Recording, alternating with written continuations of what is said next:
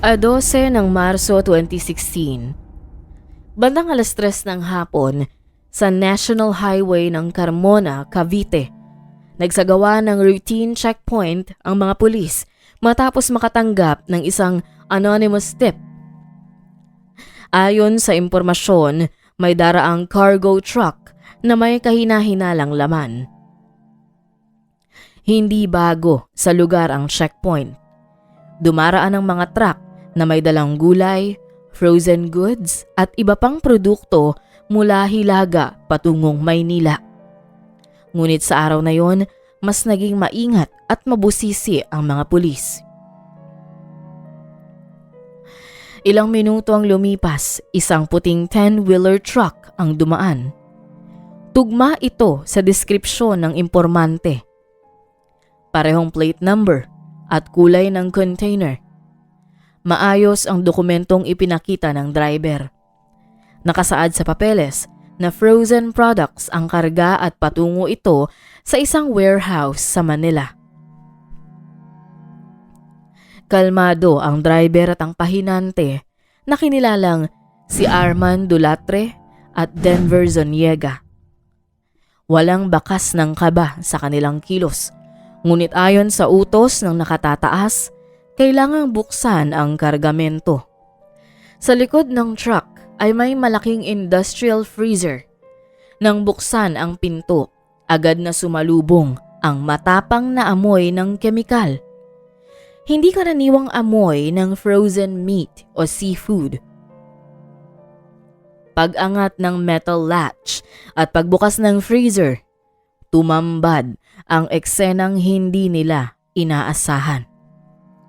May humigit kumulang 30 katawan ng hindi pa nakikilalang individual ang wala ng buhay at maayos na nakasalansan sa loob. Magkakapantay ang pagkakahiga. Lahat ay wala ng laman loob. Sa pulso ng bawat isa ay may nakataling tag na may iba't ibang code at serial number. Agad na ipinatabi ang sasakyan. Isinagawa ang inquest proceedings sa driver at pahinante habang tinatawag ang SOCO at forensic team upang iproseso ang lugar. Walang nakitang anumang ID o personal na dokumento sa mga katawan. Tila sinadyang burahin ang kanilang pagkakakilanlan. Lumabas sa initial forensic report na ang mga mahalagang bahagi ay maingat na tinanggal gamit ang surgical precision. Ayon sa pathologist, hindi ito gawa ng ordinaryong kriminal. May kasamang taong may sapat na kaalaman sa medikal na proseso. Habang iniimbestigahan ang rehistro ng truck, natuklasang nakapangalan ito sa isang transport company sa Manila. Ngunit sa mas malalim na pagsusuri, lumabas na ang kumpanya ay isang dummy corporation. Ibig sabihin, walang aktwal na opisina. Puro papel lamang ang records. Sa puntong iyon, malinaw na hindi ito simpleng kaso ng iligal na transportasyon. Isa itong planado at organisadong operasyon. At ang freezer truck na naharang sa Cavite ay maaring maliit na bahagi lamang ng mas malaking sindikato. Ilang araw matapos ang pagkakaharang sa freezer truck sa Carmona, hindi pa rin humuhupa ang tensyon sa loob ng investigasyon. Habang isinasagawa ang masusing pagsusuri sa mga biktima, isang bagong impormasyon ang dumating sa tanggapan ng National Bureau of Investigation. Isang anonymous email. Maikli lamang ang mensahe, ngunit direkta ang punto. Ang mga katawan umano ay galing sa kulungan. Kalakip nito ang listahan ng ilang pangalan ng mga inmate. Ayon sa email, may mga opisyal sa ilang piitan sa Calabarzon na sangkot sa pangangalakal sa mga preso. Lalo na ang mga matagal ng walang dalaw, walang abogado at walang kamag-anak na naghahanap. Walang pangalan ang nagpadala. Walang traceable na address, ngunit ang listahan ay tila detalyado at may kumpiyansa. Agad na nagsagawa ng discreet verification ng NBI. Hindi ito isinapubliko. Layunin ng mga investigador na makakuha muna ng malinaw na ebidensya bago gumawa ng anumang hakbang na maaaring magpaalerto sa mga sangkot. Sa paghingi ng inmate records mula sa tinukoy na mga kulungan sa Calabarzon, naging mabagal ang proseso. May mga dokumentong hindi agad maibigay. May mga file na tila kailangang hanapin pa sa archive. Kinailangan pa ng formal na sulat at legal clearance bago ma-access ang ilang datos. Dito na nagsimulang makaramdam ng kakaiba ang mga investigador. Sa papel, maayos ang mga record, ngunit sa aktwal na beripikasyon, may mga butas. May mga inmate na nakatag bilang deceased, ngunit kulang ang detalye kung saan inilibing ang katawan. Wala ring maipakitang death certificate sa unang hiling. May iba namang nakarecord bilang transferred to another facility, ngunit walang receiving document mula sa sinasabing kulungan. Sa loob ng piitan, tahimik ang mga selda. Ngunit sa likod ng katahimikan, may mga tanong na hindi masagot. Nagsagawa ng discreet interviews ang NBI sa ilang inmates. Karamihan ay nag-aatubiling magsalita. Takot ang nangingibabaw. Ngunit may isang preso na pumayag magbigay ng impormasyon sa ilalim ng proteksyon. Ayon sa kanya, may mga presong kinukuha sa kalagitnaan ng gabi. Sinasabing ililipat daw sa mas maayos na pasilidad o ilalagay sa rehabilitation program. Hindi na raw muling nakita ang mga iyon. Halos lahat umano ay may pagkakapareho. Mga presong matagal nang walang dalaw, walang abogado, at tila nakalimutan na ng mundo. Nang ipakita sa kanya mga larawan na nakunan sa checkpoint, agad niyang nakilala ang tattoo sa balikat ng isa sa mga biktima.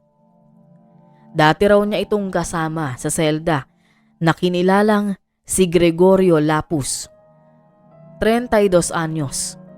Sinabihan umano itong ililipat sa isang mas mahigpit na pasilidad dahil sa bigat ng kanyang kaso, ngunit wala nang ibang balita ukol sa kanya matapos na mailabas sa kulungan. Unti-unti nang nabuo ang isang pattern. Ang mga nawawala sa loob ay posibleng ang mga nakita sa checkpoint sa Cavite.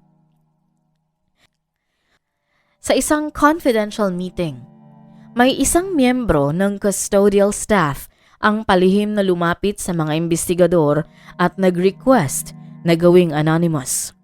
Hindi siya mataas na opisyal, ngunit may access siya sa mga dokumento at galaw sa loob. Ayon sa kanya, may deal umano ang ilang opisyal ng kulungan sa isang sindikato na pinamumunuan ng dayuhan. Ang proseso, ayon sa salaysay, ay simple sa papel. Lalagyan ng record na ililipat sa ibang pasilidad para sa rehabilitation. Gagamitin ang pangalan ng isang NGO na umano'y tumutulong sa reintegration program. Ngunit sa halip na dalhin sa bagong kulungan, dinadala raw ito sa isang safe house sa Laguna. Mula roon, hindi na malinaw ang susunod na mangyayari. Sa puntong iyon, ang freezer truck sa Cavite ay hindi na lamang isang isolated incident. Ito ay maaaring dulo ng mas malawak na sistemang umiikot sa loob mismo ng institusyon. Habang lumalalim ang imbestigasyon sa loob ng mga kulungan sa Calabarzon, sabay ding sinuri ng NBI ang financial records ng ilang opisyal na nasa ilalim ng imbestigasyon. May mga hindi maipaliwanag na deposits sa kanilang personal bank accounts. Hindi pare-pareho ang halaga, ngunit regular ang pagpasok ng pera. Ang ilan ay nagmula sa foreign remittance centers. May ilan ding wire transfers na dumaan sa Hong Kong at Macau. Unti-unti nang nabubuo ang larawan ng isang sindikatong may koneksyon hindi lamang sa loob ng kulungan, kundi maging sa labas ng bansa. Matapos ang patuloy na koordinasyon sa anonymous informant, isang lokasyon ang ibinigay sa NBI. Isang bahay sa isang tahimik na exclusive lot sa Laguna. Ayon sa impormasyon, ito umano ang ginagamit na pansamantalang pasilidad bago ilipat ang mga preso sa susunod na yugto ng operasyon. Hunyo 2016, nang isagawa ang raid, wala nang ibang taong naabutan maliban kay Antonio Fortes, lalaking nagpakilalang may-ari ng lupang kinatitirikan ng pasilidad. Wala nang ibang tao, ngunit sa loob ng bahay, may mga silid na nilagyan ng improvised medical equipment. May mga stainless tables, ilaw na karaniwang ginagamit sa minor surgical procedures, at mga portable cooling units.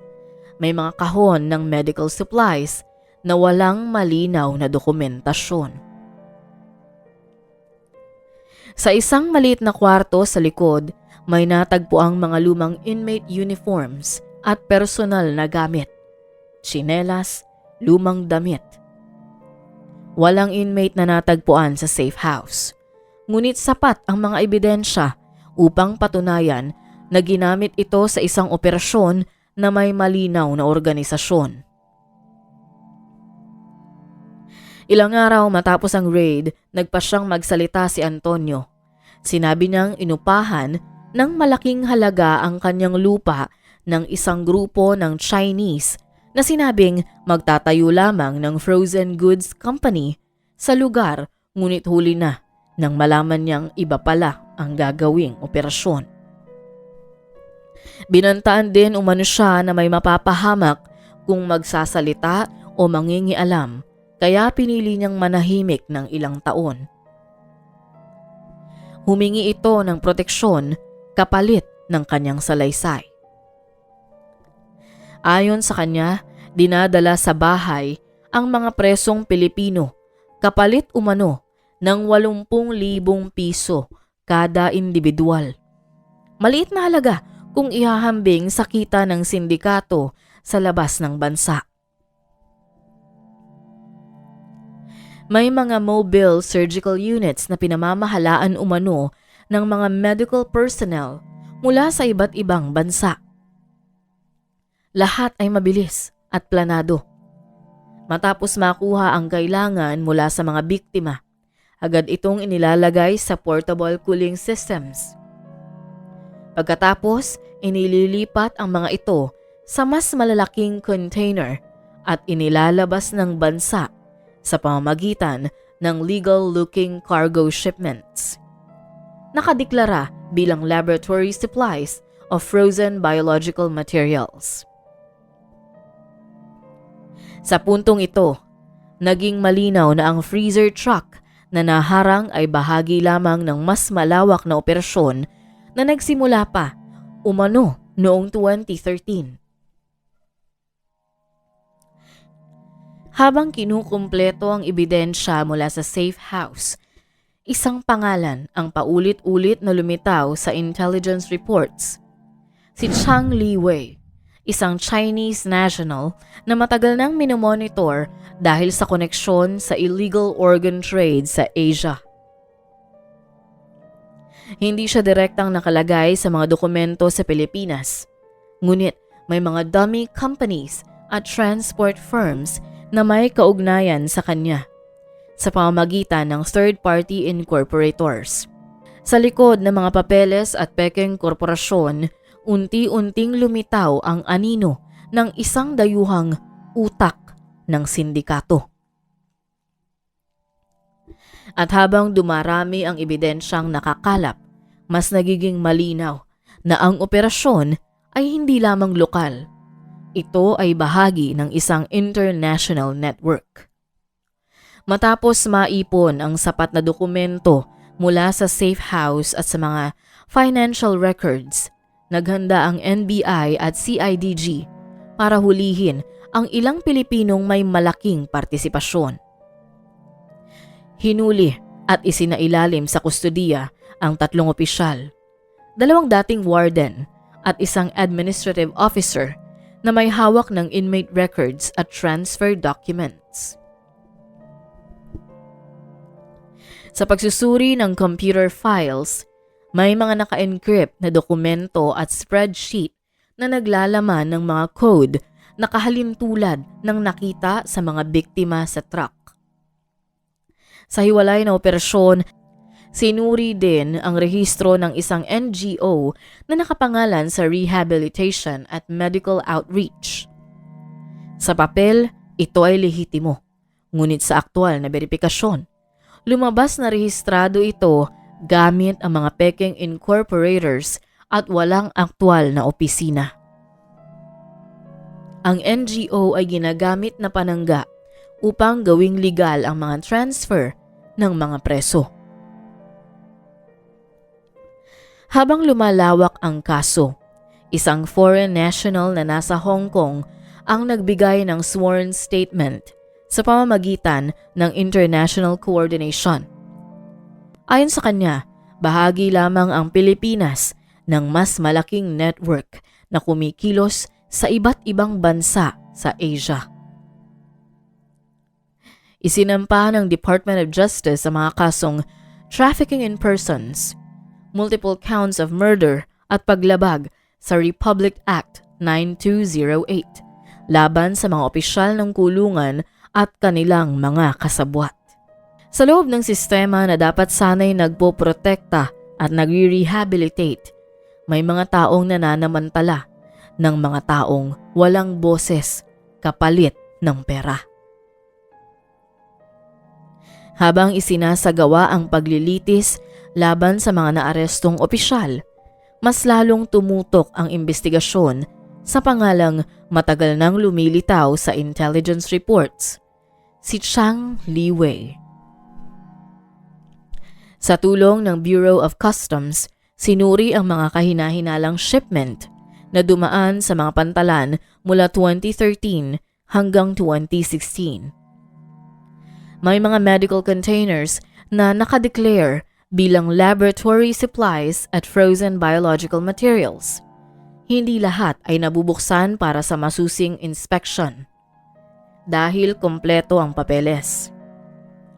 Ngunit sa mas malalim na pagsusuri, may pattern sa schedule ng shipment, katugma ng mga petsa kung kailan may mga inmate na naitalang transferred o deceased sa ilang kulungan. Unti-unting nagtagpo ang mga timeline. Sa pamamagitan ng international coordination, nakipag-ugnayan ang pamahalaan sa Interpol upang matunton si Chang Liwei. Ilang taon na umano itong minomonitor, ngunit mailap ito dahil sa dami ng galamay at koneksyon. Gayunpaman, noong 2019, natuntun siya sa Macau. Isinailalim siya sa kustodiya habang inaayos ang extradition process. Hindi agad naging madali ang proseso dahil sa legal na komplikasyon at kapangyarihan ni Wei. Samantala, sa Pilipinas, ang mga sangkot ay kapwa na hatulan ng reklusyon perpetua. Naglabas ng pahayag ang Bureau of Corrections na magsasagawa ng malawakang audit sa lahat ng inmate records. Pinalitan ng ilang opisyal at nagpatupad ng mas mahigpit na monitoring sa transfer at medical clearances ng mga preso. Sa korte, nagsimula nang magsalita ang ilang dating staff na pumayag maging state witness. Inilatag nila ang estrukturang pinansyal ng sindikato, ang buwanang bayaran at ang mga contact sa labas ng bansa. Lumipas sa mga taon habang dinidinig ang kaso sa korte, mabigat ang mga akusasyon. Sa hatol ng korte, napatunayang guilty ang mga pangunahing opisyal na sangkot sa loob ng kulungan. Ipinataw ang mabibigat na parusa. Ang ilan ay hinatulan ng reklusyon perpetua. Ang kanilang mga ari-arian na napatunayang bahagi ng operasyon ay isinailalim sa forfeiture proceedings.